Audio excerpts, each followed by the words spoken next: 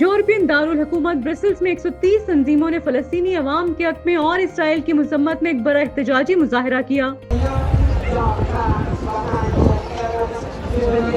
جس میں بوڑھوں، بچوں اور معذوروں سمیت 1 لاکھ سے زائد افراد نے شرکت کی۔ منتظمین نے اس مظاہرے کو ریڈ لائن کا نام دیا تھا، جس میں شرکاء سے اپیل کی گئی تھی کہ وہ لباس کا کچھ حصہ یا اپنے ساتھ کوئی سرخ رنگ کا کپڑا ضرور لے کر آئیں۔ اس مظاہرے کو ریڈ لائن کا نام دینے کا مقصد عوام کی جانب سے یورپین حکومتوں کی بے حسی کو اجاگر کر کے یہ بتانا بھی تھا کہ اسرائیل کی جانب سے غزہ کے فلسطینیوں پر یک طرفہ طور پر مسلط کی جانے والی تباہی کے خلاف اب عوام کی سرخ لائن آ چکی ہے۔ یہ مظاہرہ نارتھ اسٹیشن سے شروع ہوا اور مختلف راستوں سے ہوتا ہوا یورپین ہیڈ کوارٹر پر جا کر اختتام پذیر ہو گیا۔ مظاہرے کے آغاز میں بیلجیم کے معروف فنکاروں نے فلسطینیوں کے ساتھ یکجہتی کا اظہار کرنے کے لیے نہ صرف پیغامات دیے بلکہ اپنے فن کا مظاہرہ بھی کیا۔ مظاہرے کی ابتدا میں موجود بینرز پر تحریر تھا کہ جب تک سیاستدان اپنی لائن نہیں کھینچتے، ہم غزہ کے لوگوں کے لیے اپنی ریڈ لائن کھینچ رہے ہیں۔ سارے راستے مظاہرے کے شرکاء اسرائیل کی مذمت میں مختلف نعرے لگاتے رہے، جبکہ امریکن ایمبیسی کے قریب سے گزرتے ہوئے انہوں نے شیم آن امریکہ اور شیم آن یوکے کے نعرے بھی بلند کیے۔